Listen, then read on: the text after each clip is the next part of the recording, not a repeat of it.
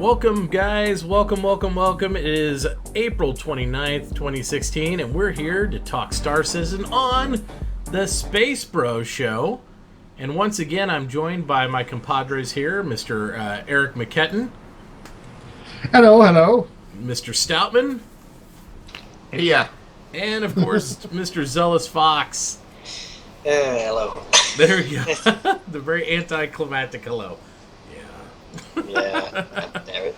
It's all right. Zealous is sad. He's Face a rig little isn't sad. working for him Face today. rig is not functioning properly for him tonight, but we promise we're going to work on it. We're going to get back up, and we'll have him do a special co-hosting episode. He spent all week getting face rig just the way he wanted it, and then it decides not to work tonight. I spent 4 hours. I stayed up at like 5 a.m. making a custom skin the hard way without even couldn't even find the model itself. And I was just barely editing the 2D cutout skin, so I didn't know where one part started, where the other part started. I just this is the arm.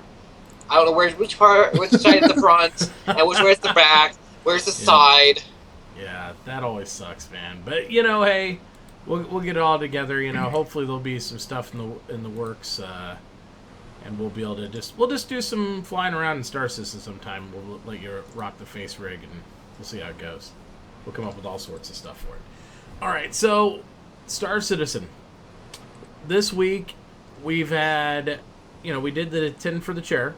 I think Chris said it was the last one he's going to do for a few weeks again. I think we're going to be seeing developers and producers moving forward, because he's going to be, again, on the Whirlwind Tour, traveling back and forth from the UK and everywhere else, trying to get things on par, because I really think they're working not only for the 2.4 push, which unfortunately won't be this week for all the regular testers. I think we got the special testers testing it now, I think, what they were saying on RTV, but we'll see that hopefully push through beginning of next week, fingers crossed, and that'll be super exciting, because that'll be our first look at persistence. It'll be our first look at buying shit, which should just be, I'm just overwhelmingly excited about that. I mean, F everything else, I just can't wait for that. That's what I want. So, let's see here. So, I'm trying to remember anything else. I don't know what happened. Hangers, we were going to be able to customize our hangers now. That's right. Customize hangers. And they said they had a few surprises in the hanger for us, too. Unfortunately, I don't know what I can talk about. Well, hang on, let me go and actually look at the official summary, so I can figure out what I can talk about based on what I know. I mean, that's why I didn't want to put any pressure on you, Eric. I wasn't like, oh yeah, so Eric, what's happening there, buddy? I'm trying to figure that out because we were told, we were given a list of things, and some of it was not the stuff that was put out in the public, and some of it was. So I got to see what was put out in the public. Although I do have a hilarious, and this is not, as far as I know, violating any type of NDA, because this was just a rumor. Yeah. So this rumor could have been entirely fabricated. But I heard a rumor from some of the QA guys that one of the blockers for 2.4 was pretty nasty, and that was that the persistence was a little too persistent. It was causing permadeath, in that it was wiping your account's inventory if you died. Like when you died, Ouch. you were just deleted? Yeah, can you imagine, like, oh my somebody like Admiral Nolan or Clifford, who's got thousands and tens of thousands of dollars in the game, and that bug kicked in. So no, that was, I don't know if that was true or not. That was one of the rumors that was going around about why it was a blocker. But if that was, it's a good thing they caught it in internal testing. Yeah, I mean, not that it's a huge matter right now, but I mean, can you imagine if you actually deleted your whole account? Well, and that's the thing. I mean, obviously they would fix it, but they don't want that happening in the first place, because they don't want customer service to be stuck with thousands of requests of, I crashed into Port Olisar, and now I love what Disco said in RTV, where he said, right before they go live with what did he say, they were going to do some of the changes or something like that, and he said he was going to disable all the forums like the day they did that. Let me see that again. I gotta read that comment because I thought it was hilarious. Yeah, because they don't want a million posts about this and that. So yeah, exactly. I can't remember which one it was. Something Ben said that they were working on doing. I gotta find that because that was driving me crazy. I was like, what? This goes hilarious. Oh, was it the Buccaneer? No, when the Buccaneer post. Yeah, it's probably the Buccaneer thing that he was talking about. It's something about that. But yeah, what they have talked about on 2.4 specifically is that persistence is coming with it. Mm-hmm. And like I said, there is that story that the persistent was too persistent. Yeah.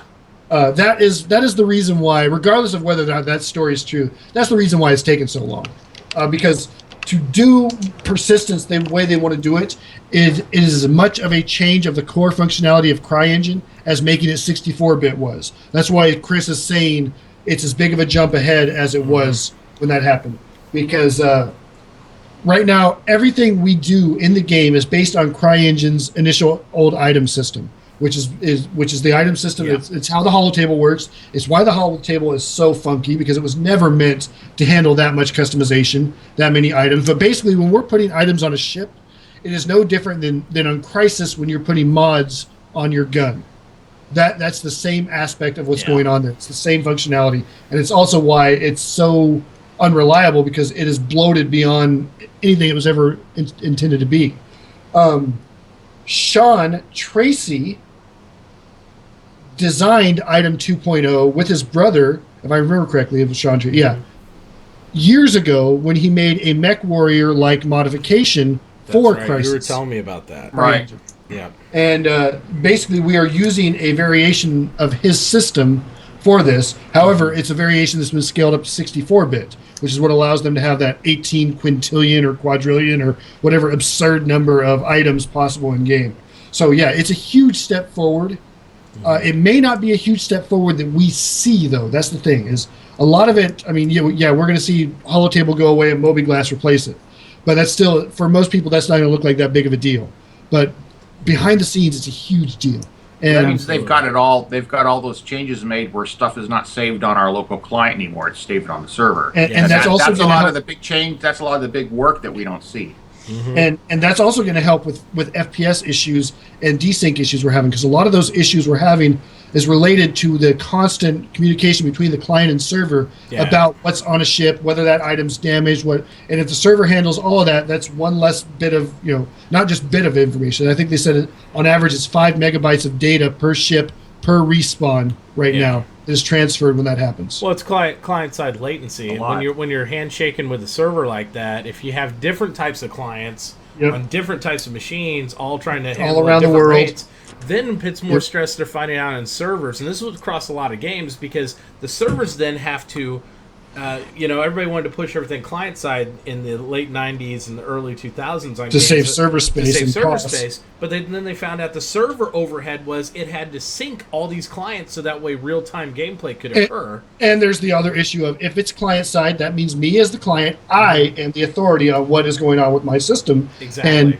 with Cheat Engine, with other hack programs, I can change what's going on, and I can influence the overall game because it's timing based on the one client side server. And that's Elite Dangerous is running into that problem. They're all client side. Well, they're peer to peer, so it's similar. It's all client side though. Elite Dangerous had a lot of issues with hacking early on because of that. The big name games, The Division, Grand Theft Auto 5. The Division those games is are all now officially broken because they're saying they can't fix it. Yeah, because they made it client authoritative, and to fix it would basically require doing what CIG is doing now, which is going back and gutting the engine and rebuilding it from the ground up. But CIG's doing it before they release. Exactly. Yeah. Basically, if you played The Division and you want to play competitive, they're like, whatever. Raytheon for multiplayer games, any multiplayer game where competition or there is a real risk to losing, not just a blow to your ego, but a risk to time and effort spent, you want it server-side authoritative. Yep. Because if it's client-side authoritative, again, like Grand Theft Auto 5 is a great example of this. In GTA 5, hackers can really ruin all the effort you've put into your personal character just because they decide to make it, mess with the client-side authority. And it's one of the reasons why, for the majority of casual players, the game is dead as an online platform. It's only people that either play with their friends exclusively or people that go out specifically trying to hack that really play it anymore. Yep. Yeah, and really, you don't want that with Star Citizen. the whole thing, And it's all been about bandwidth growing over time for games too, because it's like basically back when we had a finite amount of bandwidth we could use once we went even to like DSL and whatnot. So they pushed stuff client side because it just couldn't handle all the information transfer back and forth. So they tried to minimize that by pushing heavy clients over. And they're doing it again. You're seeing it happen heavily on consoles and PC games now, not because consoles are increasing fidelity, but because they can't communicate that much with all these smaller console type items. Even the new consoles can't handle it. The only reason you see games like this on PC doing it is because the amount of fidelity it's pushing, it has to have all those assets and everything rendered on this size it should. But on console, it's a little different. They're pushing the entire game out to you and then hoping for the best. But that's why having things server side also helps eliminate things like lag switch capabilities and stuff, because it's not basing the entire heartbeat of the instance or match based on the slowest client, because that's what they have to do now. It's like if you're the slowest client, everybody has to slow down to your speed in order to sync the game. And right now what's happening is it is the server that is slowing everybody down, because the servers, and they've acknowledged this, they are deliberately overloading the servers right now for two reasons. One, to see how they handle under stress, and two, because it saves them money. You know, they could increase the amount of servers and spread out the load on the instances, and pay more money for it now. But frankly, there's no point to do it because the game functions. It may be sometimes unplayable. There are nights where I absolutely rage quit because it is completely unfucking playable. But that's not all the time. That's sometimes. And that's the thing is it's a cost benefit for them. They can either blow our money now making an alpha so that it's really fun for us, or they can blow our money later making the game so it's really fun for us. When they're generating extra revenue in a persistent and personally, universe. I'd rather they be using my money on the final version of the game, not on making it so that I can play this alpha at exactly the speed I want to. It, you know, I would love, for my 970s to push out 120 FPS all the time like it does when it's offline in Star Citizen. I would love that. But you know what? I can wait on that. And like you said, Eric, I mean, everybody has to understand we're in an alpha phase still, and we're testing. I mean, it's about testing. If you open it up wide, what the fuck are you testing? I mean, will it run optimally with minimum amount of players? Sure. But you want to try to squish it in there, or at least on a regular basis. You want it to fail so that we can identify those failures and try to overload it now. Or would you like that to happen now when you're dicking around with your friends doing some missions in there? Or when it actually matters and we have persistence and you're in a major space battle and you lose all your shit because it didn't work out right? I'm like, I want them to test the hell out of it now and crash it as much as they want. Raytheon, no. All the server's handling is the data. It's just the data. It tells your client what to do with it. It's not actually playing the game. It's all back-end stuff. It's not rendering the visuals or anything like that. You still have to handle all the visuals on your side, client side. So you still need a pretty hefty PC that can run a heavily modified CryEngine 3 set to 64-bit and all that. So yeah, it won't work like that.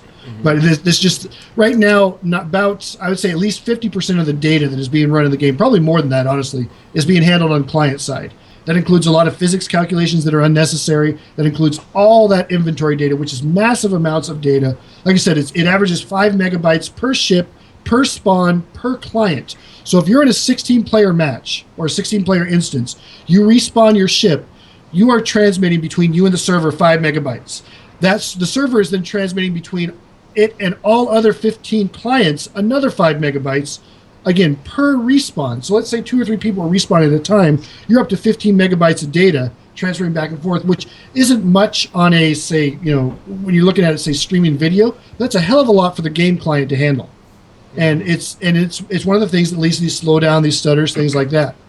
And that's just one of the many problems. Well, yeah, and that's also like when Chris Roberts was originally talking about the theory of scalability with the game, and that's why they talked about things like the zoning system and asset tracking, like what we've alluded to and all that stuff, because the more optimized they can get that, the larger and grander scale things can get. And then once they figured out the coding, which they've already implemented in many states of it, where you as a person only need to perceive on your client what's immediately around you or what you see there. So that dumped a huge amount of data that doesn't need to be present.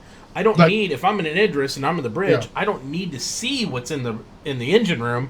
I might need to see the effects of that on the ship when I'm up forward, but I don't need to know all that before. But to be clear, we don't have that yet. We don't. We're still processing everything. When Everything. you're a Crusader, your computer is your client is receiving all of the information about what's going on in all of Crusader right now. It's not necessarily rendering it, but it's receiving it. So that's why when we have infinite AI spawns, even if you're nowhere near it, you're suddenly doing 10 frames per second. It It's impacts the entire instance. the entire instance get impacted. And eventually that's going to be segregated down so that doesn't happen. And that is, the LOD, like Raytheon said, level of detail for physics, level of detail for rendering, level of detail for instances. They want to do that for everything. Well, they're also making changes on the item system to where right now the way that CryEngine works is when you give information about a ship, is you're constantly giving all information about every item on the ship, regardless of whether the condition of it is changed. And they're changing that. One, the data is going to be less data is going to be transferred because the item system is simplified, where you don't have to transfer as much data per item. Plus, it's going to start transferring the data on items where no change has been made. So you're going to have 80% of the data or more is going to be gone, eliminated by just making it better. And when we're talking items, a lot of people don't get how much goes into a ship.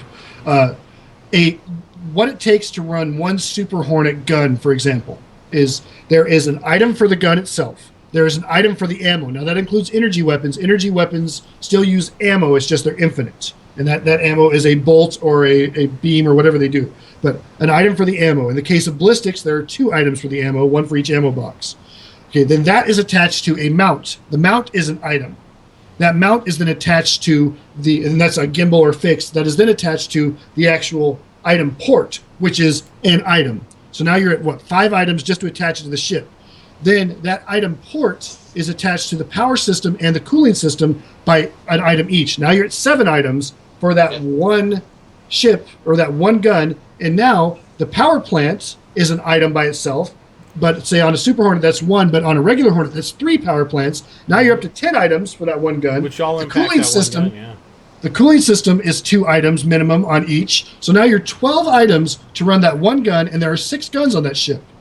Now imagine that on a Constellation, and you know why when you get into a Constellation right now, you get 20 frames per second no matter what you're running, because like Stoutman said, that Constellation is updating your client with everything about that Constellation every freaking second, whether you need to know it or not. And in the future, it's only going to update that when you need to know it. So if there's a change to that item, then it will update it. And right they have now, to make that change. Because once you scale up to like Idris scale and these huge ships, it's like gets astronomically large.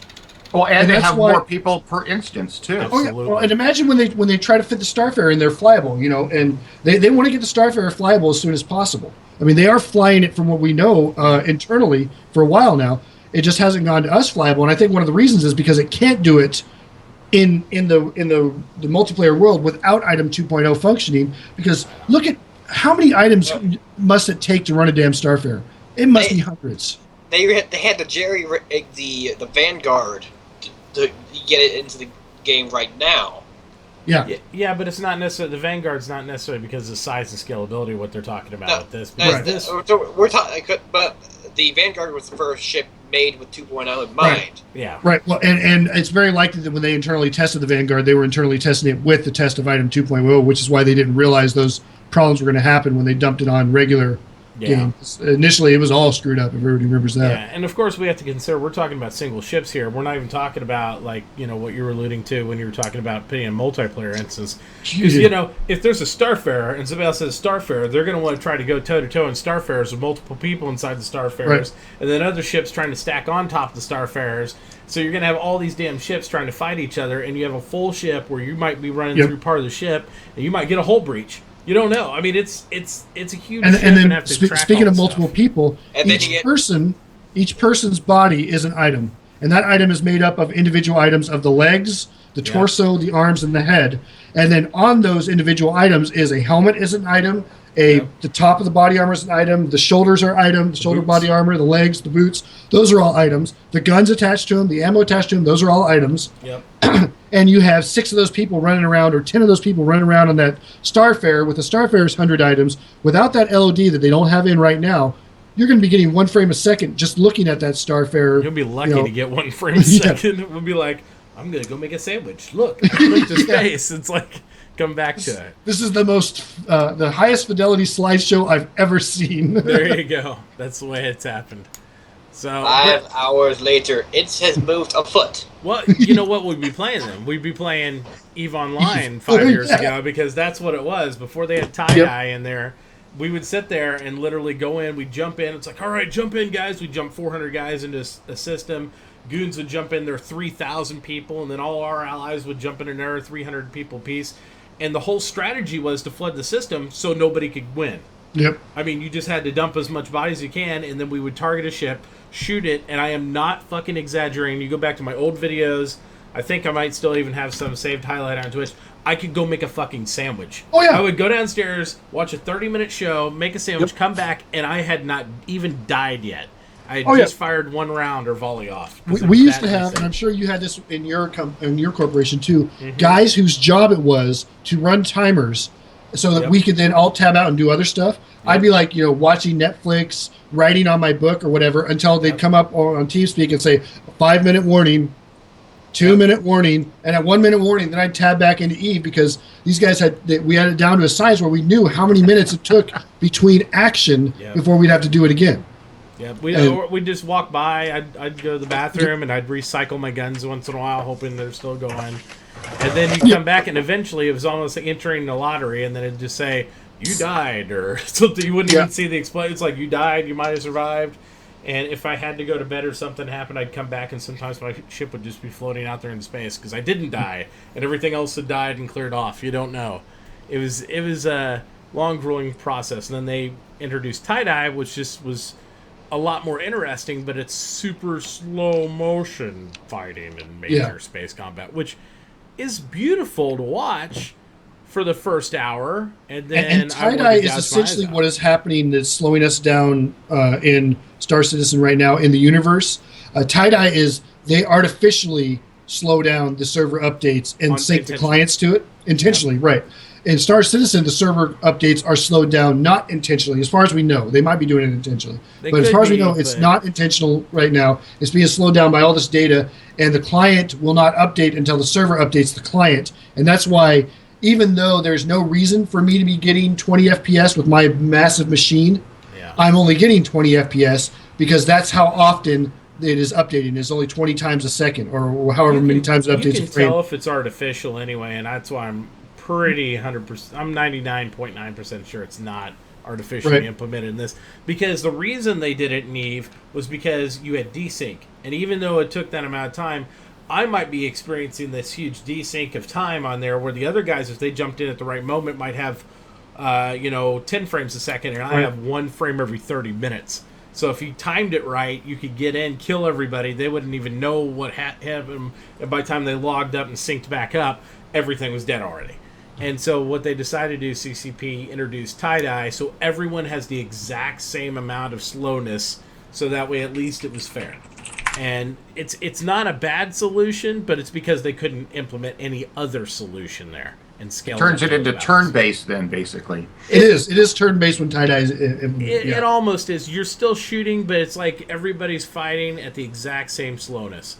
And tie-dye scales, though. You can tell based on how a system's moving. It'll say if you're at full tie-dye or half or whatever. It'll tell you how delayed you are. And so it makes it really interesting from that aspect. And again, it's still beautiful to watch, but I much rather be engaged in a first-player moment with less people, where it's like I'm really hands-on and I feel fully active, than a super slow-mo moment where I can control 5 ships because I'm so bored that I have to play 5 characters at once in order to make it engaging, which is where we were. I mean, you can ask Val, who's watching right now. Val still loves EVE, and I do too. I think EVE's amazing, but compared to what we're going to experience in this, it's night and day difference, because I would literally be paying upwards of like $60 a month for multiple accounts on EVE Online, so that way when we go mining, I wouldn't be bored. If I had to run one account on EVE, I wouldn't play it, because it's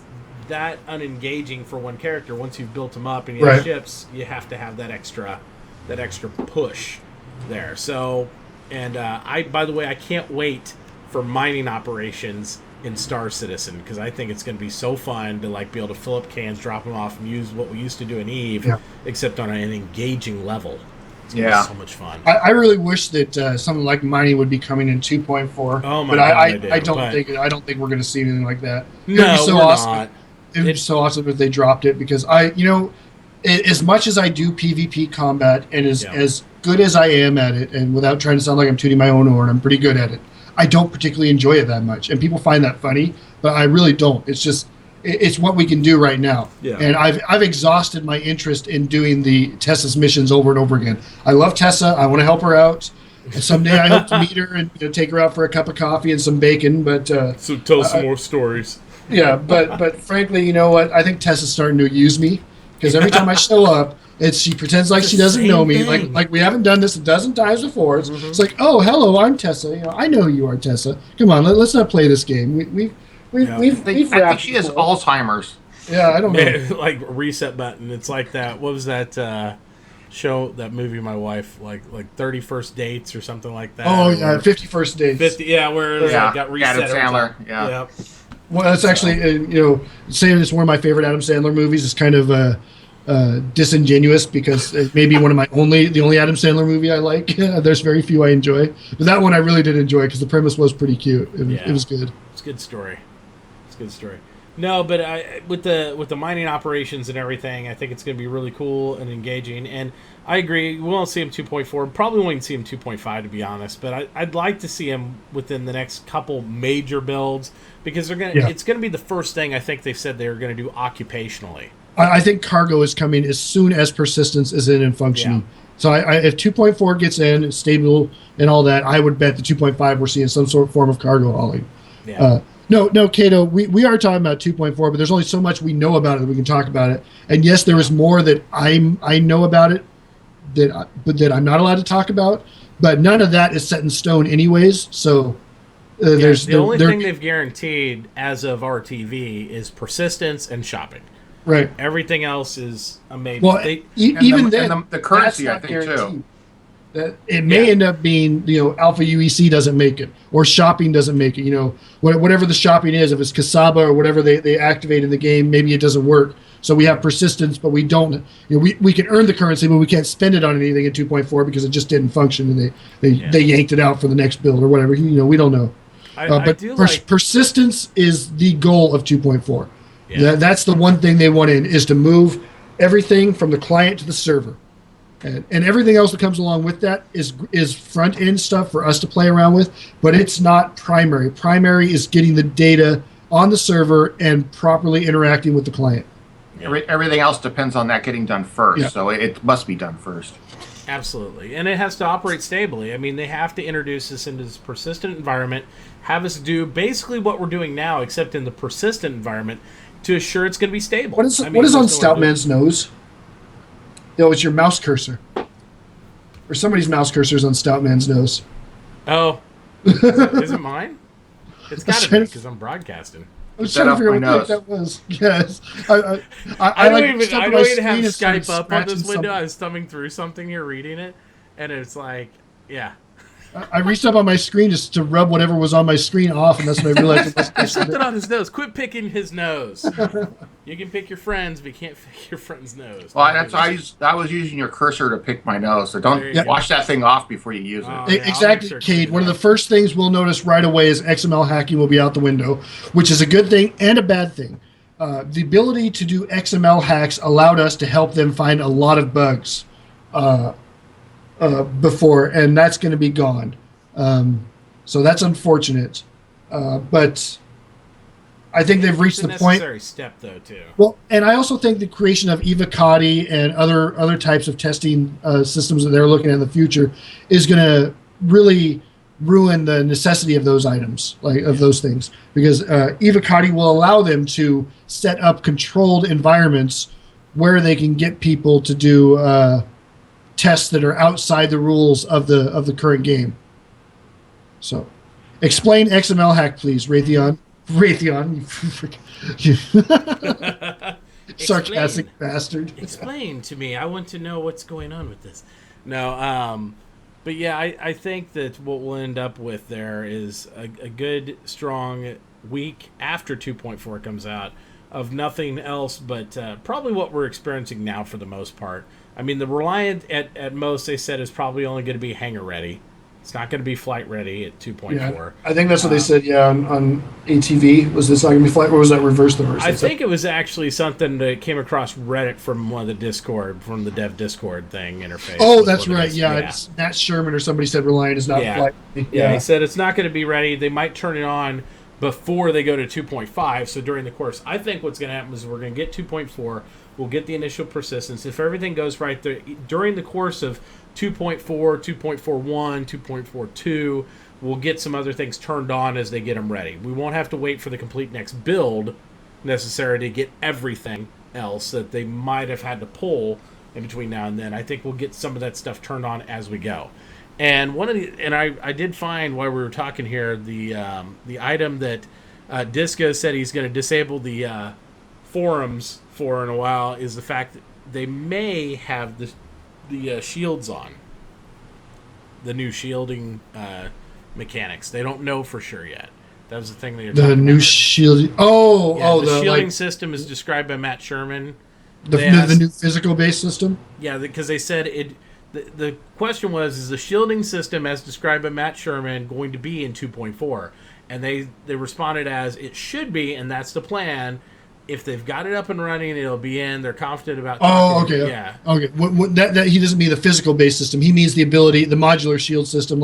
So no more one single shield on the Vanguard or the Saber. Instead, there'll be 4 shields, each with some less power, which will be great for the Saber testing, because right now the Saber shield appears to be overpowered. Because to compensate for not having 4 shields, they increased the hit points by 4, but they didn't adjust the quick recharge time to compensate for that higher hit points. Yep. So let's say the Saber shield system is originally designed to each shield has 750 hit points and a recharge time of 25 seconds, right? Yep. Now the Saber right now has a single shield of 3,000 hit points with a recharge time of 25 seconds, meaning you have to have a continuous stream of energy fire on it at all times to keep the shields down long enough to damage it if you're not using ballistics. So and that's one of the problems with it. Same with the Vanguard. The Vanguard shields are supposed to be a hell of a lot more powerful than they are right now because they're supposed to be redundant. When one goes down, the other's supposed to take its place rather than just have each do a different face, a different shield. I have a real problem killing Sabers unless I'm in, I can sometimes do it in a Gladius with default weapons if I can maintain fire on it constantly, but probably the Mustang Delta has probably been my most successful ship in killing. Loaded down with Badgers, basically. Yeah, basically, and you have to maintain constant fire, but you can put a lot more fire on target with it, because of the formation of it. So people ask me why I use my current preferred ship is a regular Hornet with 5 Badgers on it. And the reason why I do that is the Badgers, while they don't put out as much damage as the Panthers, they can run longer. And that's the thing with dealing with the Saber is that constant fire, not high damage, but high rate of fire. Just death by 1,000 paper cuts. No, Iokines, 2.4, like I said earlier today, 2.4 PTU is not going to be public for some time, probably several days at a minimum, most likely even longer than that. It hasn't even gone into private testing yet for the private PTU. I'd say the earliest we see it, if we're fortunate, would be middle of next week. I would lean more towards Friday. Yeah. A Friday release of next week for the PTU. Yeah. And the other thing, they aren't going to have it necessarily in 2.4, but this is something I wanted to touch upon because you guys might even have to refresh my memory because they're talking about currently there was a meeting talking about implementing the insurance system and turning insurance on from Chris's initial design to do something in game. Because Chris is really pushing to get this implemented with the persistence. So we have persistence in, and wants to make sure the insurance metrics are in there. And then they're kind of going through the design detail on that on edge case scenarios. And I think this is why they're pressing to implement it because I want to say, what happens if you lose all your ships? What's the result of that? Say you go out and you're just I have 5 ships and I jump in a ship, I die, or jump in a ship and I lose it, and I jump in a ship and I lose it, and I jump in a ship and I lose it, then I have no ships. mean, what's the scenario of that and They everything? didn't else? talk much about that on Reverse to Verse today. It was basically was- actually the transcript really says all they said about it, which isn't much. It isn't much, and and- that was where it says Disco will remove all ability to post on forums before that ever goes live, because And I then, think yeah. you don't hear about that shit at all. It's going to take them a I- while to figure out how to do that, how to make it playable and actually be somewhat realistic, somewhat effective, Well- and people be able to live with it. Well, not only that, it's also make sure that it's not fraudulent, because one of the big problems a lot of games have, and it was never really an issue in Eve, because Eve just said, "Hey, your ship blew up. F you. You're only going to get enough insurance money back to maybe buy the guns for your ship, and you would have to buy your complete hull again." So they really effed all the players there, because if you Right. couldn't afford to buy that hull, that's your problem, bro. You know, it's like you got. So if I paid like $1 billion ISK for a ship, I might get $100 million back. And that's they're doing kind of the opposite, where you'll get Yeah. enough to buy the whole, but you're not going to get enough to buy all the other stuff. Which is And- hard to do and not promote some level of fraud. So that's what the systems they have to look at how to protect and, that. And yeah, their initial idea behind the fraud, and this is where we're going to test it out hopefully soon, is that let's say your ship gets blown up 5 times in a row within a certain time frame, the insurance company at the very least is going to up your premium and possibly not pay out or not pay out as timely. That was one of the things that Chris said early on, was that maybe subsequent deaths, if they're too close apart, the payout time would take longer. So let's say you get 20,000 credits for your Aurora the first time it dies, and you get it instantly. Pretty much the moment you're back at Port Olisar, you've got the money to buy the new Aurora or wherever you're at. So well, it's then like the having second- accident forgiveness Right. with Allstate. But then the next time you die is right after that, because you're a testy like me. You take that next Aurora out, you just got it brand spanking new. All right, and I immediately go out and ram Mitachi again to take him out. Yep. Well, this has been too soon, and now the insurance company's like, you know what? We're gonna have to do an investigation, and they'll pay out that 20,000 Yep. in an hour, and then after that, it's gonna be 4 hours or 10 hours or Yeah, whatever. And I think that I personally am of the camp of playing like Raytheon's talking about, and Eve, you don't fly what you can't afford to lose.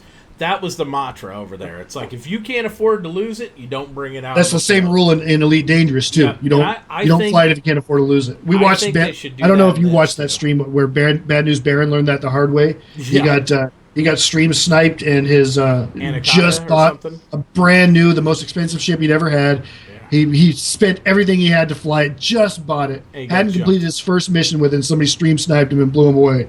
And yeah, that was one of those scenes where he just stared at the screen for a second, and he's like, "Stream is done." I'm Yeah, going to he leave could now tell he's before I fuming. end up killing somebody Yeah. because all that effort, all that work. There's He more did- than he one. ground the critical shit out of blocker that to now, get that, Raytheon, too. From what we gather, you're saying Eric said. Don't say I said it as if there is as if it's confirmed.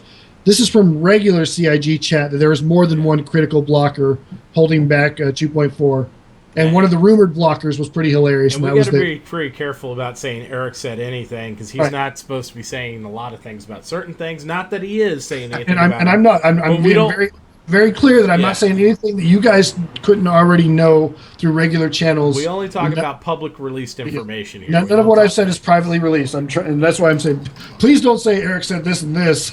Yeah, just don't put Eric said in front of anything. No, you're fine, Raytheon. We just want to make sure we don't get Eric kicked out of anything. Yeah, I don't want to lose the what I worked hard to get to where I am Yeah. within the testing of this And he's game. one of our I don't best wanna lose- testers, so. Although I honestly don't think it's that big of a deal. The guys who made these decisions, they're pretty laid back guys. But Yeah. I don't want to risk In it. place of Eric, use the word rumor. That word, rumor says. That's much better. No, but so again, I'm of the philosophy of like an Eve. I don't mind the mulligan system. I don't think you need to put a huge amount of effort into the insurance system to like say, okay, you get 6 months forgiveness, your first accident's whatever, and then we'll increase your rates like this and that. Because I think if you make it too convoluted, that it's going to be one of those things where it's going to be something somebody tries to manipulate and doing all that. I think that I would have the destruction of the ship based on zone. If you're just operating in a safe zone and you're not doing that much, maybe it's like, oh, it wasn't his fault, he was here. But if you're running rogue in deep space and doing stuff and you just keep suiciding your ship, yeah, then that's like, dude, it's going to be 3 Right. days before you get that ship back. I would rather see that, so it allows new players into the game to actually not be scared to go out. Because what happens in Right. EVE is players get so scared. Oh, I'm not going out to low sec and take a chance. I'm not going to do this and that because they don't want to lose ships, which forced us as organizations inside EVE to make our own insurance programs. So since you would basically, if your ship got destroyed, the game insurance would basically replace your fittings, your modules, your weapons, Right. those type of things. We as an organization, because you are an organizational MIOP, would cover the entire cost of your whole ship. Well, and that's actually, though, having that kind of thing in Star Citizen might be nice. I mean, we joked about this a while back. Stoutman setting up a space version of AAA. Where I think that's because, great. because I he's, love he's got all the things like that. he's going to have, or he already has, all of the necessary ships to provide you with everything you need should you die. He Yep. can repair your ship. He can salvage what's left of it if he can't repair it. He can refuel your ship. He can repair you because he's got the medical facilities. All that. All he needs to get is like an 890 jump, so you can chill on the 890 jump while your ship's being repaired and your feet refueled. And then he can set it up so that you as a player can pay him a certain amount of UEC a month, so that if something does go wrong, he jumps into where you are and fixes you like AAA does. That's And great.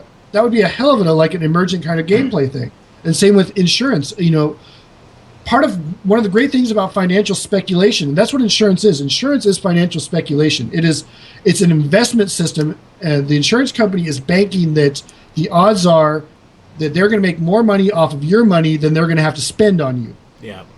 So Off your premiums, that you're not going to have a ton of wrecks. You're going to pay your monthly premium like everybody else, and you're going to be fine. So I really think that, I'm ignoring the whole that's hilarious. friggin' shit. Still, any douche should shoot you down for giggles. You calling me a douche? There you go. But I think that over focusing on some of these systems like that, I think we can simplify it and still make it viable for both new players and older players and veterans and stuff alike. I really think that's important to not make it over convoluted on the insurance system. And I think having those type of player created systems like what Stout's talking about, or an organizational ship replacement program stuff, adds vitality to the game. It gets the groups more engaged, and it makes you want to be part of an org and play with other people. Because if you did an EVE, if you did a group operation with us and you died, you got your ship replaced. If you were out solo mining by yourself, that's up to you, bro. Your decision's your thing. But if you're in the group, in the fleet, doing our aspect, you had to follow fleet orders. And as long as you followed fleet orders, it was an incentive for them to do what needed to be done, because otherwise they wouldn't get their shit replaced if something went bad. So that was always good. I think if you start to take that dynamic out of the picture, people more and more go, why do I need an org? So I think having those player systems is going to be really critical to expanding the game and keeping orgs together. A AAA thing in Star Citizen, you'd have to have a bunch of ships being working, because it's like I would be at one planet, somebody else 3 jumps away is saying, hey, I need help now. It may take me an hour to get there, so I'm not going to be the one to go help them. You would have to expand your org to have enough people in it to respond to as many contracts as you had. Well, to be online at any given time, too. I mean, I don't want to run a business like that. I just want to play the game and have fun. So when I'm not doing something like that, but where I'm parked at, I'm going to be broadcasting or announcing that I'm here in this location. Here's my price. If you come and get repairs if you want, that's how they've mentioned that it's going to be set up. But it is an interesting business model. I mean, even if you're not going to do it, you can do I can see something an org doing that, and they can expand it out so they have contracts too, or contractors, so that they know, for example, that Stoutman has a Crucible and a Starfarer. This org does, and somebody's paying this org for these services. They call up the org and say, "Look, I'm stranded in Odin and I have no fuel left to jump out. Can you help me?" This org looks at their list of contacts and they say, you know what? Stoutman's only 1 jump away. We'll pay Stoutman 5,000 credits to jump in there and refuel this guy. Program. Yeah, and this guy pays us 10,000 credits. And that's how that works. 5,000 of that goes to Stoutman as a contractor. And then you have a bunch of contractors, like 10,000 Stouts, and they're all going to your org, and all you're doing is referral things. Hello, who can I connect you with? And pretty soon you reach the point where you don't need the ships to run this org. You're just the managerial aspect, and that's essentially that's how AAA works. AAA doesn't maintain the fleet of repair, and tow trucks and whatnot. They have licensed the individual tow truck contractors all around the world or all around the states that provide that. and they just Yeah, but find you the co- nearest one to your location and send them there. But you also got to watch out for people abusing the system and then cut them off. And Yep. you got to allow for that. You got to have a lot of cash and extra people overhead to cover that. It's a pain in the neck. Yeah, it's a gameplay somebody might like running. I probably wouldn't be the one. But the referral thing would be kind of cool. But the thing is, some of the in-game mechanics, like being able to put out the beacons and stuff, would eliminate that. But let's say you ran like a mining op, and maybe you don't want to just beacon up every time you need help.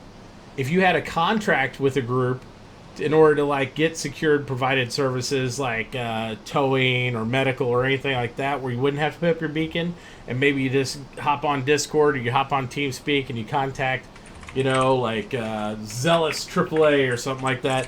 You're like, hey, I need somebody out here. I don't want to beacon up just for anybody, but I know you have a trusted list of providers that you know are good. Then you're paying them a contract fee, and then they just contact whoever's online and send them there. I can see something like that. No, if they need repairs, they don't have to send out a help beacon. They'll be able to look and see who's available and just call and say, hey, come get me, without other people knowing where they're at. Yeah, but if they don't know those guys. Well, who's nearby that can help? That's what matters. And you're not going to most times you're not going to have somebody you know is going to be nearby probably most of the time, because we're all going to be moving around constantly. That's true. I mean, it just depends. I could see some stuff set up though.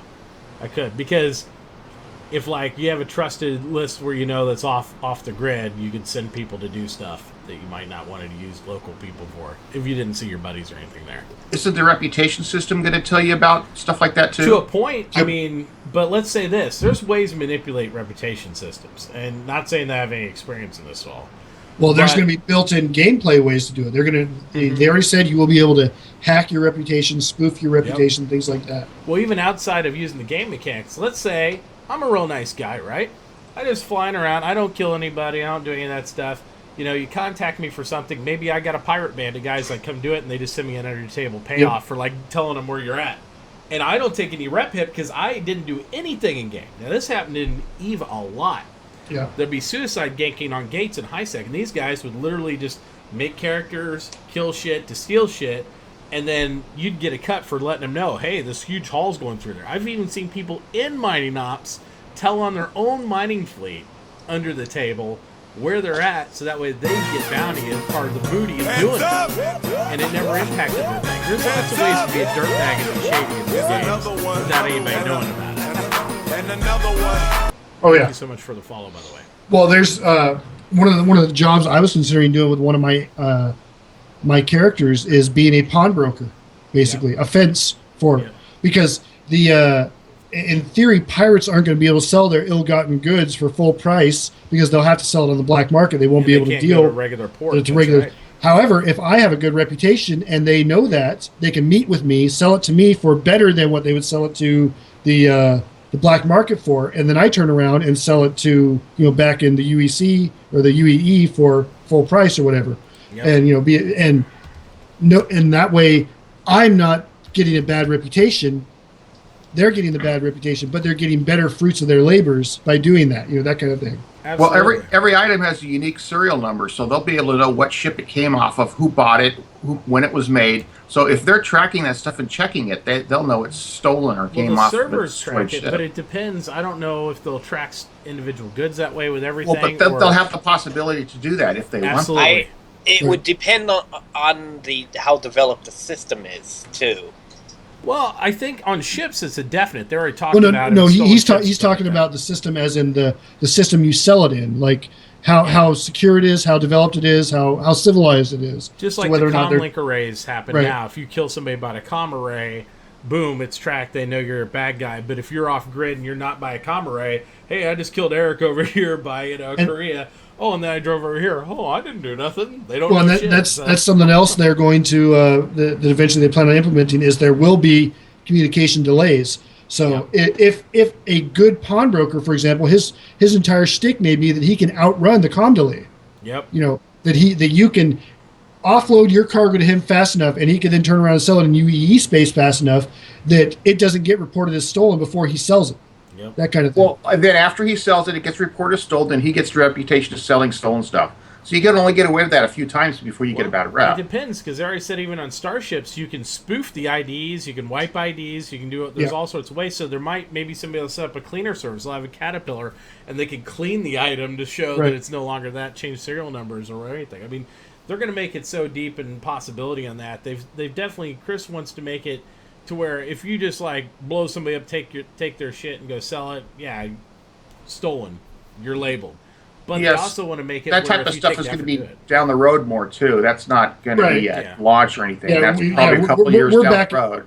We're back into theory crafting range here. It's just it's fun to talk about that what's going to be what Chris wants to do, and what could be possible based on what Chris wants to do. And this time around, Chris has always had lofty dreams that he's never been able to attain. Because of limitations. This time around, he doesn't really have those limitations. He doesn't have the money limitation. He doesn't have the technology limitation. It's just about time to implement. At this point, it's time, and we've pretty much told him, take all the time you want. Here's $113 million. Go. Yep. So, that's, I don't know. For me, I look at it this way. I've waited 20 years for this game. I'm more than willing to wait another 5 or 10 years if that's what it takes to finally get it to where it's the game that I wanted the first time I played Wing Commander 1 or Elite, the original Frontier Elite game. I'm fine. They just got to spoon feed me once in a while, a little something here and there, and they can change it all from one day to the next. I don't care because I'm enjoying what they've given me. I need a little bit of mix up now and then, and I don't care if they wipe it and say, hey, we tried that, it didn't work. I'm not going to be set in stone on anything. Even when persistence is there, if they wipe once a week, I don't give a shit. I just want to get in and be part of the universe. I forgot. This just popped up on Reddit, and I pasted in your chat. With the new Item 2.0 system, the sizing system changes from the size of 1 to 12 to light, medium, and heavy and capital class. And that's the basic explanation of that. Size. Yeah.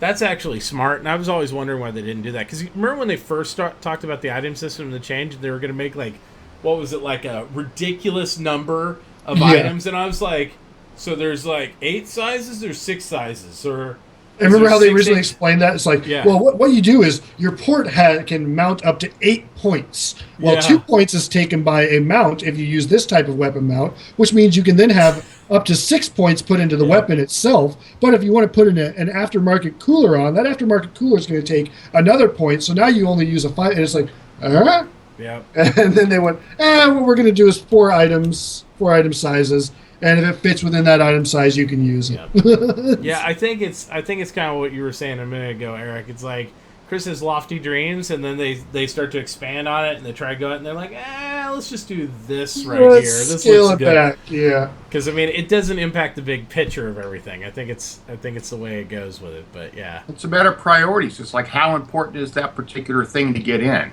Absolutely. If it's something you kind of want that's nice, but it's going to take forever, it's like, well, maybe sometime down the road. If it's quick and easy, get it in there. Yeah, and I think a lot of it was they finally fleshed out what they want to do component-wise now. And when they were trying to do it originally, they were trying to figure out components and the size system, and they didn't know, well, we're going to have different components for things. Now they've kind of modulared the components for different classes of ships, and they know it's going to be like this. Certain ones are going to have 3 or 4 shields instead of just different size shields, so they don't need all those different sizes. If they need more, they'll just put an extra power generator inside of it, or they'll do this or that to scale it instead of having to have, well, you can put a medium, or you can put 2 smalls, or you can put 1 large, but you'd have to take your guns off. And we might want to stop with the theory crafting. We're starting to burn out Raytheon's brain. Oh, that's all right. Raytheon's brain can be burned out.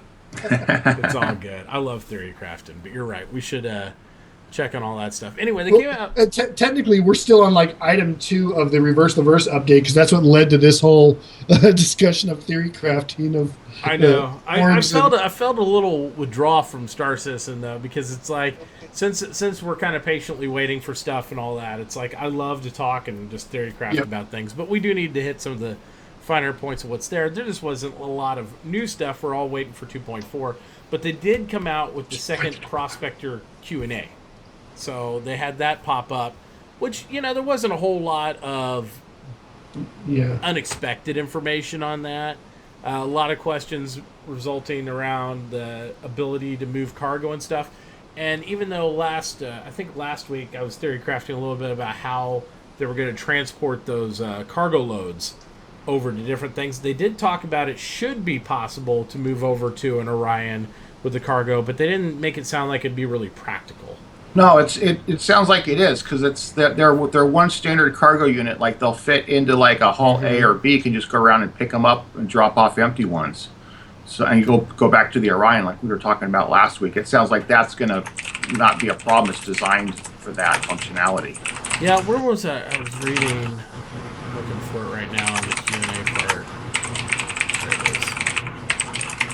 There it is. You go, Eric. We're listening to the finer sounds of Eric's mechanical keyboard here. That's right. That's the sound of a writer typing on a mechanical keyboard at 120 words per minute. Okay, so here was the question that I was alluding to that came up in the Q&A part 2. The question was asked, will the Prospector have any interaction with the Orion, like docking or an easy ore drop-off? And what they had mentioned at this time was they said there's no special interaction planned between the two. The Orion should be capable of taking crates from the Prospector, though, so it would be able to give full material load to the Orion and use its reserve crates to go up and fill again. It does synergize well with the Hull series, though, being able to drop loads of cargo off for the Hull and take it for selling while the Prospector continued to mine a while longer.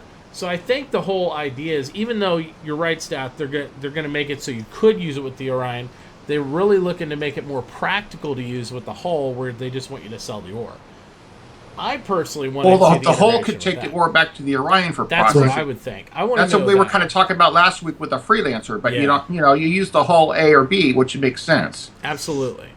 I want to see that type of interface. I want that to be planned, though, in my mind. I would like to see the Orion be able to take on that stuff to serve a dual role of processor. Because if you're in deep space, I don't want to get like the crappy payout of wherever that deep space nearest frontier outpost would pay me for regular ore. I much rather compress that down by processing it down to the base mineral so I can hold more and take it to a good area where I could sell it for premium price.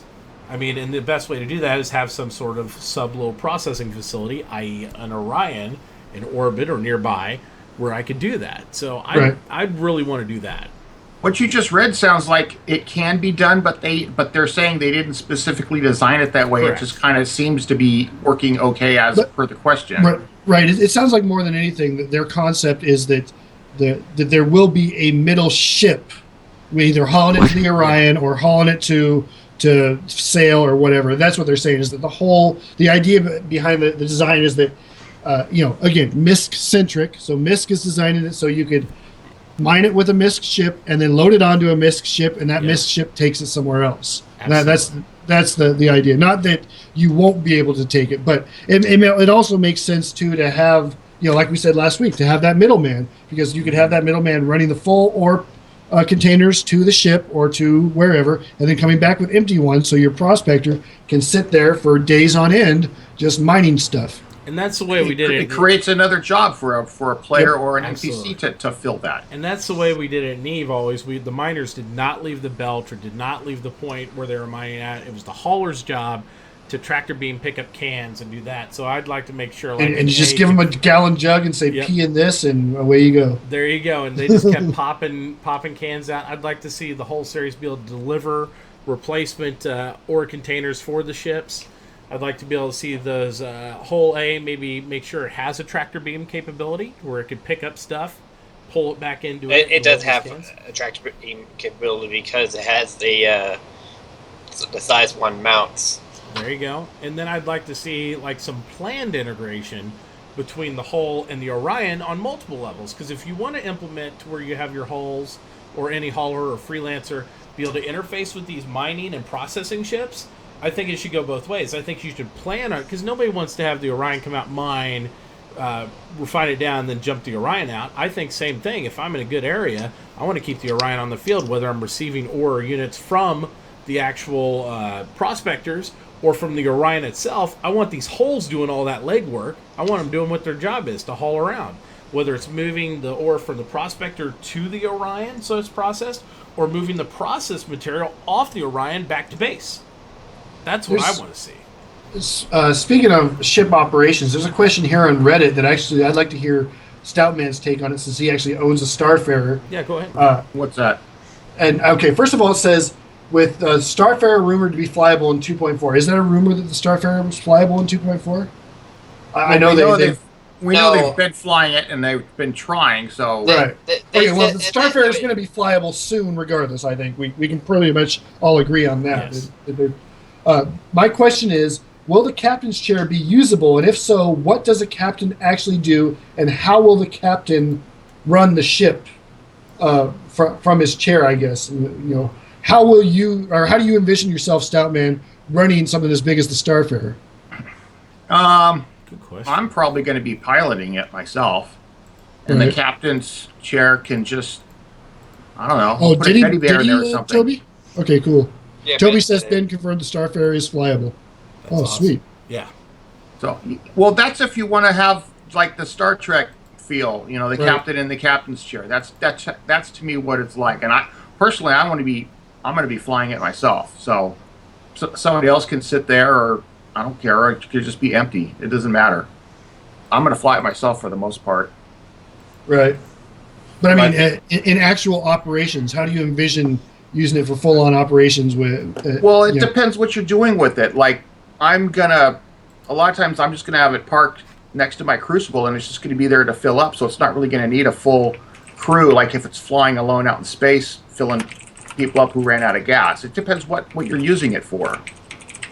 Right. If you're flying around by yourself where you need all your gunners and all to defend yourself, then yeah, you're going to want, I may play captain and sit in the seat and have a pilot. Do I have a pilot that's available? It's going to depend upon the situation. And I would say probably most of the time I'm probably not going to sit in that seat. Well, that would be me. What's the optimal crew for Starfarer, by the way? I can't remember right now. Well, you got 5 seats. You got 5 seats in the bridge, and then you've got 3 turrets, and then you're going to want at least 1 engineer, and maybe 1 guy doing fuel. So you could have like 10 people. I think it was 7 in minimum. Let's see what the bridge stations would be. You'd have your radar person, your weapons, or basically an engineering station, your energy and stuff like that. Your pilots, a commander in general, somebody to relay orders. You probably only need 4 people on the bridge. 3, really, you probably only need 3. Well, there's 5 seats, so I would assume that there's 5 jobs that could be done there. Yeah. I mean, you got a pilot, and the co-pilot doesn't even have a stick, so he's just going to be running shields or something. And then you got somebody doing energy, somebody doing communications. Communications could be a job, because if you're out there listening for people who need to fill up or something. And that's where you put a weird thing in your ear and say, "Captain, incoming hail." Incoming message. Put it on screen. I'm receiving distress calls. There you go. Well, I envision that, say when you're in flight, you're not doing the operations, you could have your full bridge crew go on. I could see you section those people off. Let's say when you're processing or you're gathering stuff, maybe you have the co-pilot, maybe your 2 back seat guys. They go to different stations of the ship, and then Stout comes from the captain's chair, takes over the navigation seat, and then you can move people around. I'm looking at something on these larger ships to be dynamic, to where that's not your permanent station. That's your station when this situation happens, when we're out in operation. So that way you don't have to have 40 people in a ship. You could still run some NPC, and you could run a solid bridge crew where they can do these multiple roles. Well, I'm talking skeleton crew for like a Starfarer. I think you need a minimum of 3 people to run a skeleton crew to basically run the ship, fly it around, shields and weapons, and that's pretty much it. If you're going to run 24/7, then you need at least 2 or 3 shifts of crews, just like they were talking about with the Idris. You got 12 people, 12 stations, but you got 3 crews, so that's 36. So on a Starfarer, you need 5, you need 15. You're going to take turns sharing beds or something. Yeah. I mean, that's a factor too. I'm not going to be running mine full time. It's not my only ship. And I've had, with my Carrack, I've always had the same plan as Stoutman's talking about. I don't want to command my Carrack. I want to fly it. I'll be in the pilot seat. Somebody else is going to be, the official commander, I guess, of the ship, making the calls. Although I don't see why I couldn't command from the pilot seat, except that maybe I'd be missing out on some of the grander tactical picture. Because who knows what other things you might be able to see from the captain's chair. Yeah. maybe I think even if I get to ever captain our Idris and stuff like that, I think basically what I see it doing is like you have multiple positions. I mean, sometimes you're gonna have somebody go down, or you gotta send some more. Maybe you just lost some engine room people. You got a boarding party, so you gotta send another team and or fire team to the engine room to try to take it back from the other guys. So you're gonna have to have dynamic roles that this guy's really good at dynamically running your navigational stuff or your pilot. So you have to have that's where you redundancy all incorporate the over. military's mantra of always know the job of the guy above and below you. Yep. And that's for the simple purpose of if you lose that guy, you can take over. And if the guy below me knows my job and the guy above me, dies or gets taken out, I can take his job. The guy below me can take my job, so on and so forth. That's the idea of how that works. Yeah, but the lowest totem pole guy is always an expendable job, which is why they can then move anywhere. The idea with this, I think the goal with the multiplayer ships of Star Citizen is you're going to want to learn every role on a particular ship, because you never know who's going to be with you or how many people and how many of them have experience at each job. So every time you go out, it's probably going to be different crew and different skills. Each person has different skills. I am looking forward to doing that as a stream, where a stream would be literally teaching on stream how to do just the engineering role of the Starfarer. That's what this stream is I'm going to be an engineer for the entire stream on Stoutman Starfarer, and I'm going to show everybody who's watching how to do it while Stoutman flies the Starfarer around. And the next stream, I'm going to be his gunner or whatever, and do what we should do is we should go fun. ahead and say right now, I'm definitely down to help with that too. What we should do is portray it like body cams. Like we have all the windows up, multi-stream open, multi-stream it, and where it's right there, absolutely. so Stout can give a command. It's like, okay, Well, Hitachi, I need you to do this, and you see Carrack, they're doing that and do it or dynamically. not the Carrack. The Crucible is the one that's going to be good, because you've got the different jobs are so different. Repairing, specialized, you got cutting away the bad parts, putting on the new ones. You've got somebody doing drones. You've got somebody doing the big arm. You've got so many different things going on. That's going to be the one where you want multi-stream, and that's I'd like really to see us do it for every ship, and we'll just make a tutorial for each ship on this is how the best way to run a crew. We'll figure it out, obviously. Yep. The best way to run a crew on these ships, and it gives people kind of like other teams and other groups of people an idea of how to what different types of setups they could implement in order to kind of run this ship optimally. So we could all do it at the same time streaming, and then record each job that we're doing, and we each have a tutorial from a different job. Absolutely. I was actually thinking about something like this a while back when we were flying around on a Connie. I would love to do a stream where we have Skype up for all of us. Like, let's say it's all four of us right now. We all have Skype up, but our Skype is grabbing from our XSplit, and our XSplit is grabbing from the game window. And then my stream, and then let's say I'm the primary streamer on this. My stream is actually a four-way picture-in-picture split of all of our game window screens, and then our voices coming in over Skype or Discord or whatever as we explain what we're doing. And your own multi-Twitch, huh? Yeah, basically do a multi-Twitch that way. Where we can see all the cams in everybody's stream, what everybody's doing, what everybody's seeing all at once, and we could cycle through that, make that like a weekly thing. Instead of the Space Bro podcast, when the game starts getting closer to live and gets bigger, instead of doing a Space Bro podcast, we do the Space Bro shows where the Space Bros get together and they work together on one particular mission or one particular aspect of the game for 2 hours. As kind of a community event. That'd be cool. We could do that, and then we could do a follow-up 30-minute Q&A at the end of it or something like that for just a 30-minute window. That'd be perfect, actually. We'd have to just practice it during the week to kind of get it down what we're doing. So, but I think that'd be great. And to answer Raytheon, obviously with some of these ships, we're going to need more people. So I mean, sure, I have no problem ever inviting people on any of the vessels I'd be on, and I'm sure the other guys feel the same way. We want people that are wanting to help other people out. I mean, obviously, we want people that, just kind of want to figure it out, don't mind being on the tutorials and kind of do it that way. And then I think Eric's got a great idea for the way to camera it out, though, so we can all show that and reflect that. It's perfect. Now, of course, with Skype and the way it works, the quality might not be top-notch, but it would... You'll get the gist. That's the main aspect of it. We can do a cleaned-up, edited version later, but I think it'd be fun to do it live, so that way we get streaming of questions.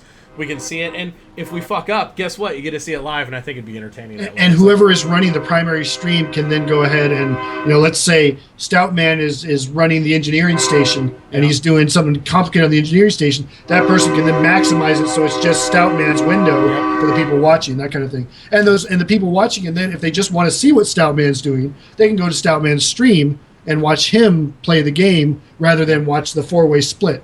Yep, absolutely. It could be a fun way of doing it. I think so too. And it yes, the night train is coming through. My train is coming through right now. I want to hear a lot of choo-choos in chat, everybody. I have a night train emote on my stream, but I don't think it'll work here because it's better Twitch TV. Yeah. Choo-choo trains waking everybody up. But yeah, I look forward to the gameplay on all these industrial vessels. I even really want to see like the whole loading, unloading, and we can expand this even to like what we're talking about with the mining when that's implemented.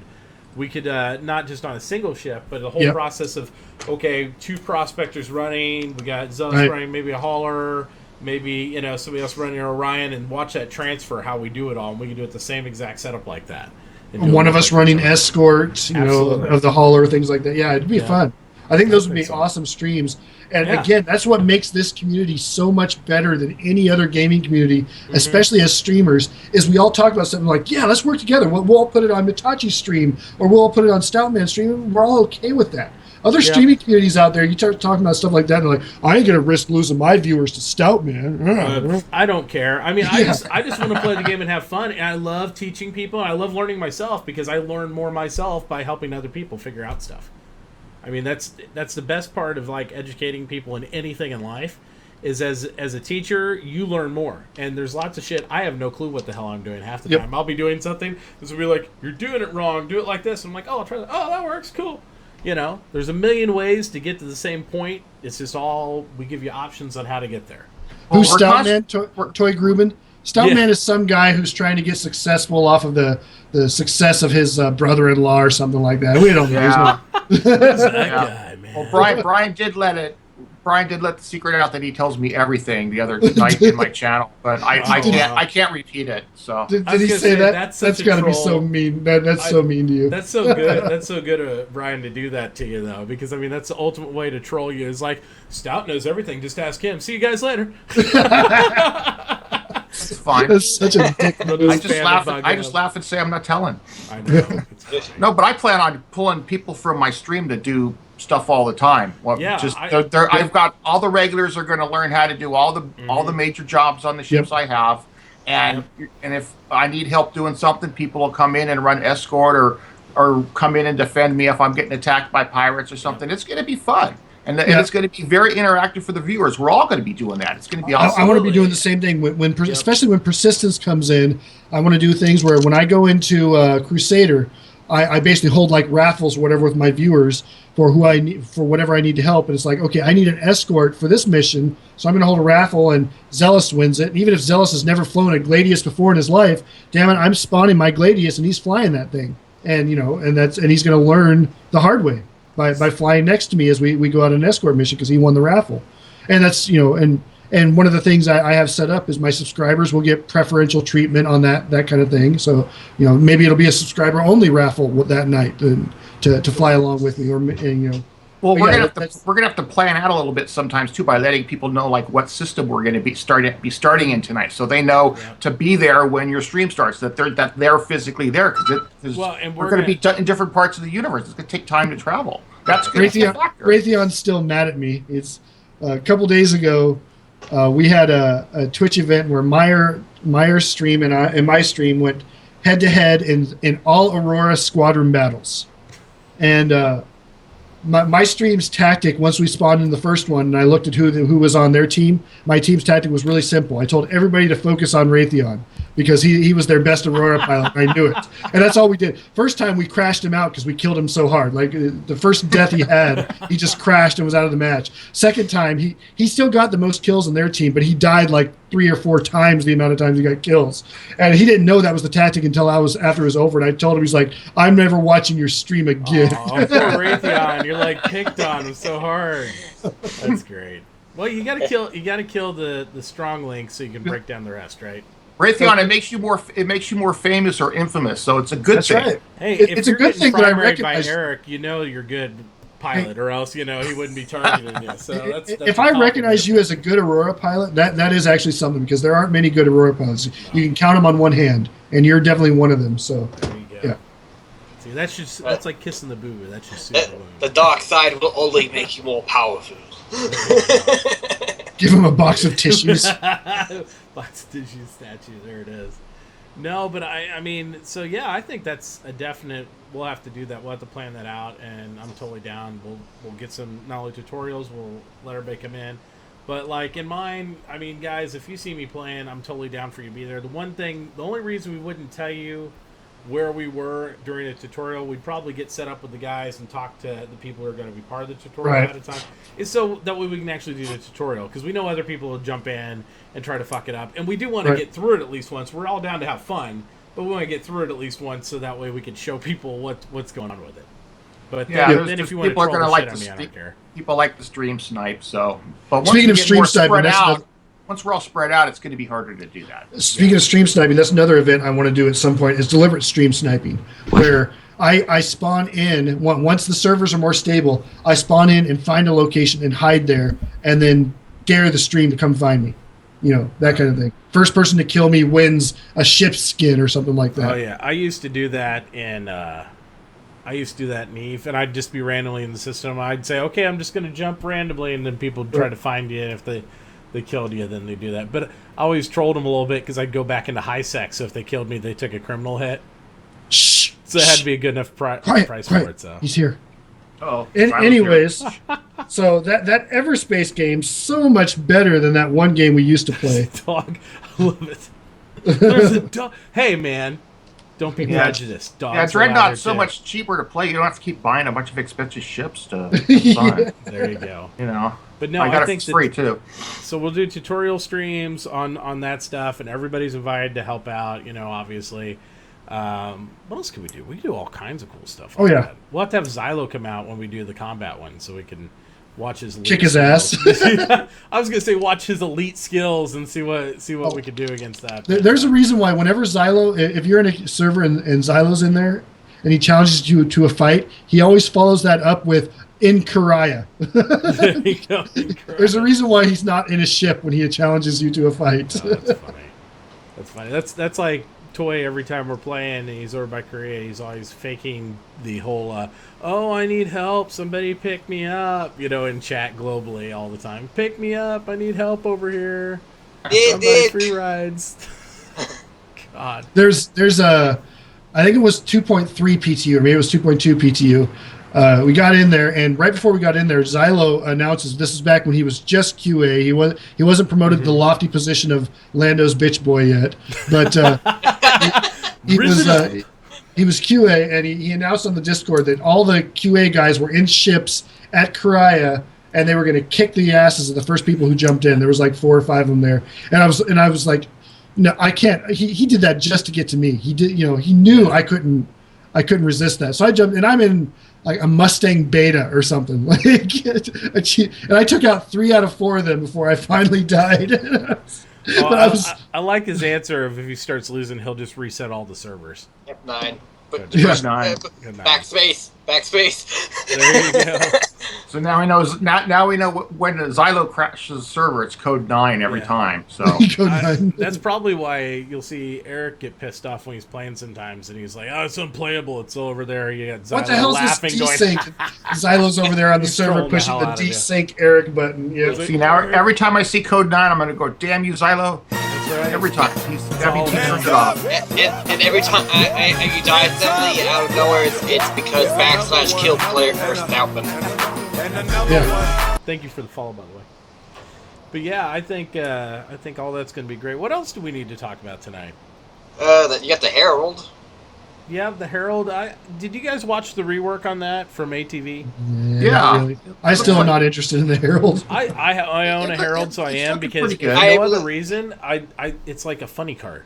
I mean, it's super fast, straight line. I could just see some cool like straight line races with it. But I'm interested in this data and information gameplay. I always visioned the Herald as being at some role like a spy ship, but it never developed into that. I still have hopes that one day it'll be like this stealthy recon type ship, like what I envisioned the was it the Mako or whatever for the Reliant? You know, it's a newsman. Right. I want this like stealth ship to like recon, get information, and get the F out of the Dodge so you can actually go do stuff. It's not an information gathering It's ship. not. It's an information transferring ship. So if you want to jump to a bunch of different places really fast, that would be a good ship. If you want to just hop around and see a bunch of stuff tonight, that'd be a good ship to go do some missions with. It would. I hope for a variant eventually that's going to be my spy and recon vessel, like truly that. Because as much as the news van I think would double in that role, then I think that it's bright yellow. It's not really a recon ship, and the scout ship isn't really a recon ship. I don't really have a recon ship in the game. I want one. Define recon. What do you consider? I want to be able to being go recon? into a scene where somebody's either mining or having a space battle or whatever, gather visual information and references on who's there, what's there, and then be able to relay it back to my fleet so we could jump in and kill every asshole on the field. Well, you could use the ghost for that. It's hard to detect and gets close I'm without looking being for that seen. cool specialty ship that has no real weapon skills, and if I get caught with my pants down, I just die. But maybe it's fast, maybe it's agile, those type of things. Hey Mitt, they're saying that your mic is lower than us on Skype right now. I just clicked over and listened, and it is. Stoutman is like twice as loud as you when he's talking. I don't know how to adjust that with Skype. Just turn the volume down on Skype. Is there a way to do that? I don't. I think there I can is. try to do that here. You just do it through the volume mixer. Yeah, I'm turning it down on the speaker portion. Yeah. But Mitt likes his cutlass with everything chopped off and a jet turbine strapped to the back of it. It could be also because I have automatic adjust mic settings on this. Is this better? We'll see. You sound a little louder to me. There, I think I turned everything up on Skype-wise. I can't hear that because I only hear this frequent response from my monitor in the mic, so I don't know what the broadcast when I work with Skype, because Skype takes over all sound, so it should be better now. I think I'm in trouble. What'd you do? Last comments was Lando's bitch boy. That's cute. He hasn't said anything since. I think he's melting all my ships right now. I know, it's like, account reset. Oh, man. What happens if he just retitled your account?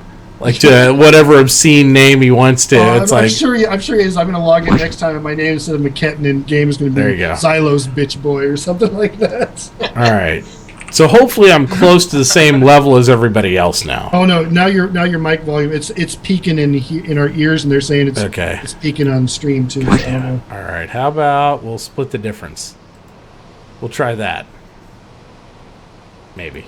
It's like the Star Citizen servers. It goes from one extreme to another. That's right. Eventually, find a happy medium. Yep. All right. We'll try that. I moved it in between the two. That's better. Hopefully it works. Hopefully it won't kill anybody. Because I'm waiting to see like Eric's head go pop or something. He's like, it's still alive. Pop. So that'd be good. Somebody falls over on stream. Yeah. I kind of His like blood that. starts running out of his eyes and his nose, and you see him keel over, and that's the end of that. It's like that. That'd be a one- cool face that, rig. Like quick, like video that we got for the big spinny thing when Disco accidentally ran into the wall, jumped into the wall, or something like that. Yep. 2x2 hands of blue. Absolutely. So what's the next ship they're supposed to be concept have out? Is it the Buccaneer? The Buccaneer, I think they were talking about. Yeah, I don't know if it was going to be. It's really up in the air for that one because they had to do a lot of different things. I found it interesting that they mentioned the price point's supposed to be the same as the Cutlass. Well, they're probably doing that because there's going to be a lot of people that want to change to it. Yeah, a lot of the Cutlass Cutlass. owners that really wanted the different style ship. Yeah. Yeah. Kate was right. It was the Dragonfly they were probably going to do. The Dragonfly. Because I thought They were talking about both of them. They were talking about both the Dragonfly and the Buccaneer and the Corvette. Well, they're saying the Caterpillar, they're wrapping up the internal concepting. On the Hornet, they're working on it right now, just so they get the variant for Squadron 42 done. So that way they have the military variant.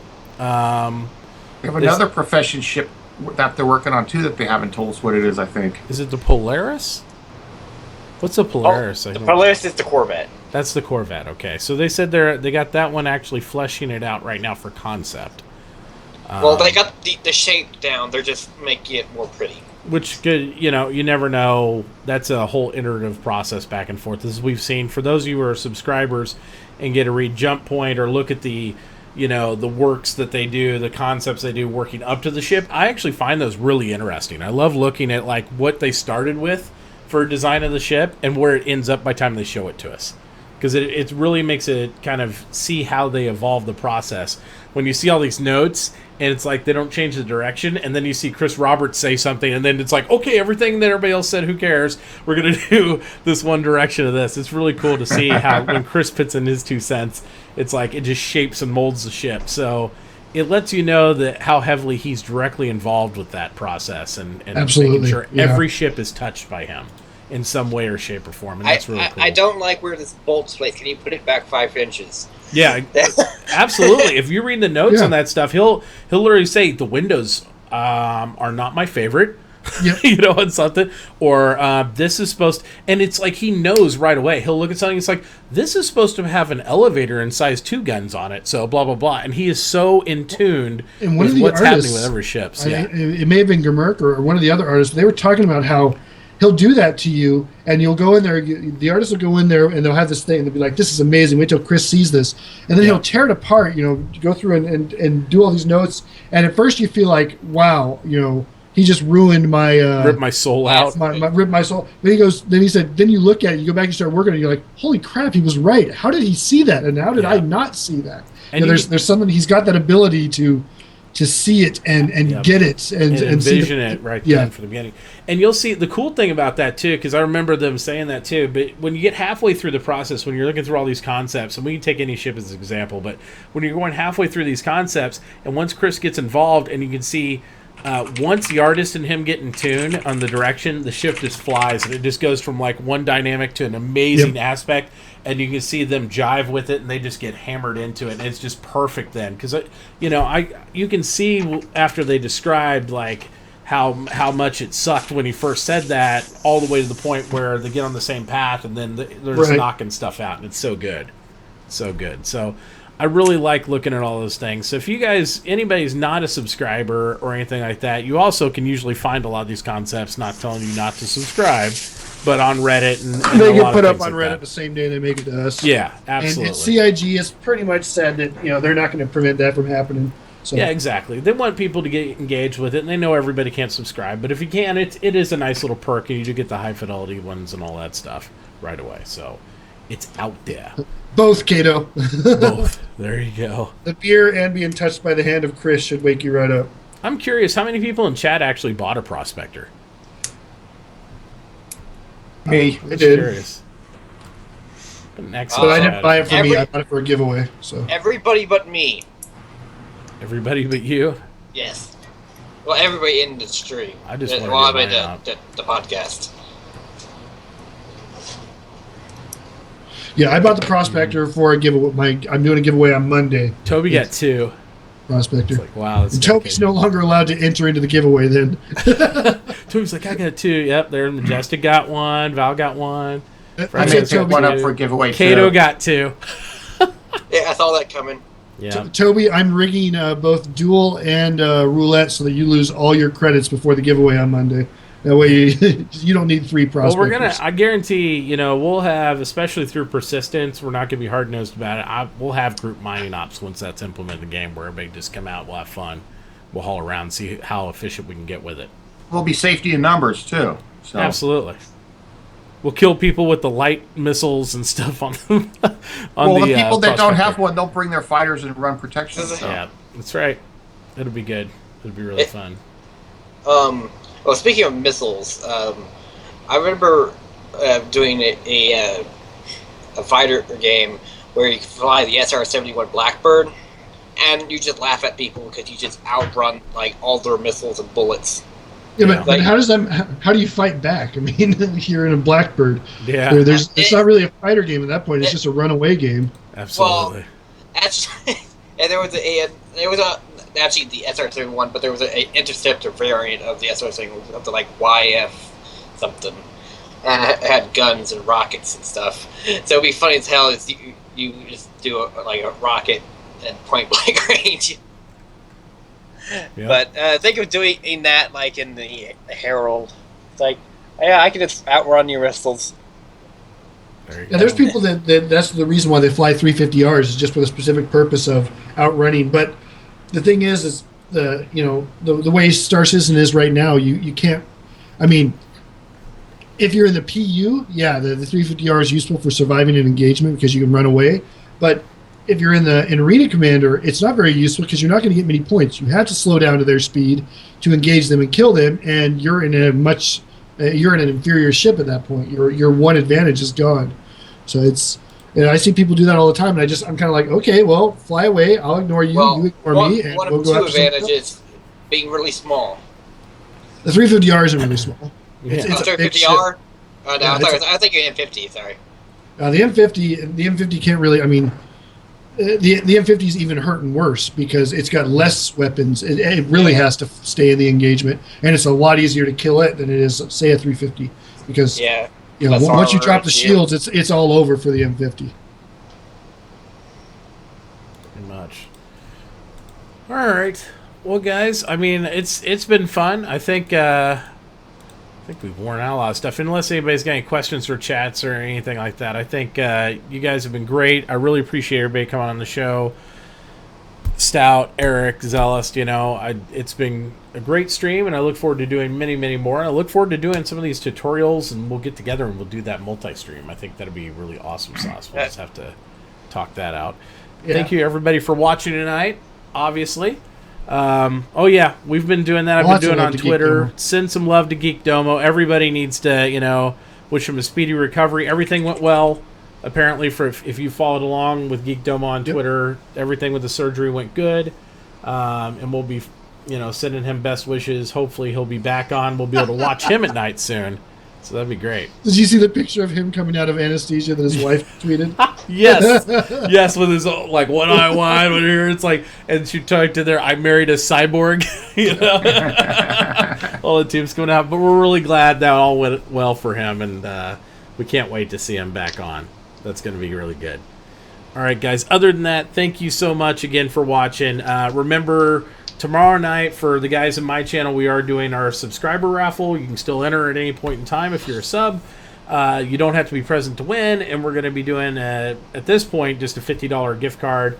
I still hope to maybe squeak in, if I can budget it, getting one more of the Prospectors to raffle off later on, but we'll see what happens there. Other than that, guys, have a great night. Is anybody going to be streaming tonight? Eric? I might be streaming some Everspace later, but I don't have any planned streams coming up tonight. Okay, Stout? Yeah, I'm going to stream in a little while. All right, make sure everybody tunes in to Stout in a little while. You know where to find him. I know you all follow him, so make sure to check out Stout's channel. And I'll send out a tweet when I'm going live. There you go. Yeah, make sure everybody on Twitter's following everybody here, because even though Eric doesn't tweet all the time like he should. Hey, I tweet when I go live. There you go. He tweets when he goes live, at least. So there we go. Check everything out, guys, and we'll see you next Friday in between 10:30 and 11. We always say 10:30. It happens 11. Or you can watch the stream after it ends and just watch it as past broadcast. Yeah, absolutely. It'll be on there. I will start pushing some of the old ones back out to YouTube. I've been lazy about doing it, but I'll put them out there. And other than that, guys, have a wonderful night. We'll see you later. Bye. Bye-bye, everybody. Thanks for watching. Absolutely. Hey.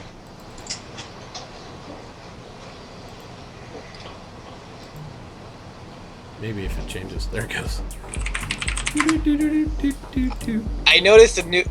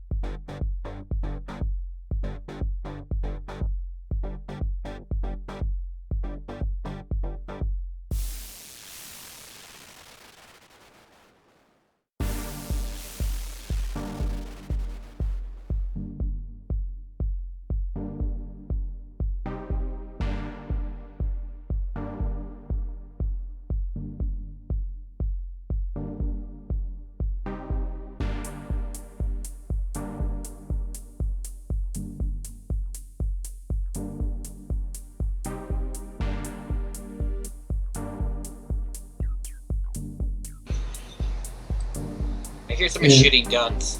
That's because Mitachi did